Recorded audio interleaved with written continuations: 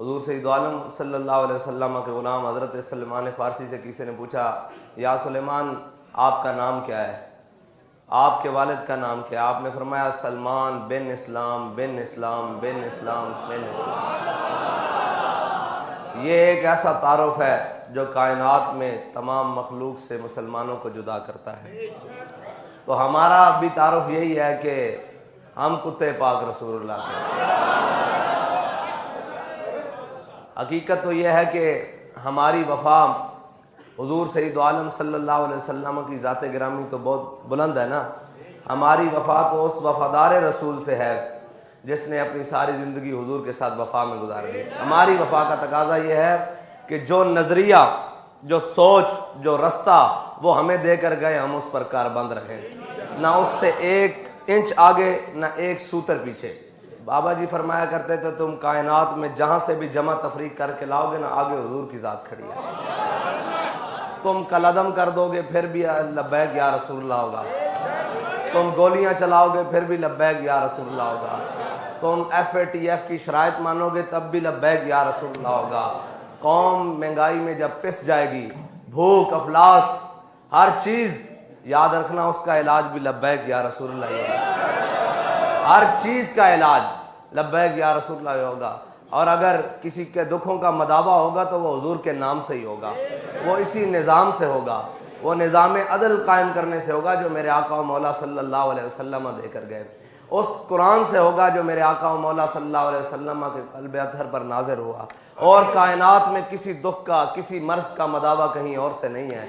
इकबाल कहता है अब क्या करें, मुसलमानों के अंदर वो शान महबूबी नहीं रही। इकबाल शान महबूबी का क्या मतलब है? इकबाल कहता है वो गुफ्तार तो उनकी थी जलाल कहर आंखों में, कहता है कि तेरी निगाह से दिल सीनों में कांपते थे, तेरी निगाह से सिर्फ तू देखता था तो सीनों में दिल फड़क उठते थे। कहाँ गई है वो निगाह? और इसलिए वो निगाह के वो यूरोप ने खीरा कर दिए, यूरोप ने बर्बाद कर दिए। यूरोप ने वो दिखाकर, वो सुनाकर, वो मंजर लाते हैं सुरूर अव्वल देते हैं शराब आखिर देकर, मुसलमानों की निगाह को खराब कर दिया। इकबाल कहता है तेरी निगाह से दिल सीनों में कांपते थे, खोया गया है तेरा वो जज्बे कलंदराना। सच्ची बात है, हम देखते थे इतनी मुश्किलात, इतनी धमकियां और इतने मामलात, बाबा जी सिर्फ ऐसे मुड़कर देखते थे ना तो सारी सफाई हो जाती थी, सिर्फ एक तिरछी निगाह से। वो क्या था, उसके अंदर कमाल क्या था? एक अपने आका मौला सल्लल्लाहु अलैहि वसल्लम से वफादारी थी और दूसरा उस आंख में हया बड़ा था, उस आंख में हया बड़ा था। हमारे आका मौला सल्लल्लाहु अलैहि वसल्लम ने फरमाया अल हया मिनल ईमान, ईमान और हया ऐसे हैं, जब ईमान जाता है तो हया भी चला जाती है और जब हया जाती है तो ईमान भी चला जाता है। देखें आप, शर्त देखें, फरमाया हया जाए तो ईमान चला जाए और ईमान चला जाए तो हया, यानी कि ईमान के साथ हया रहती है और हया के साथ ईमान रहता है।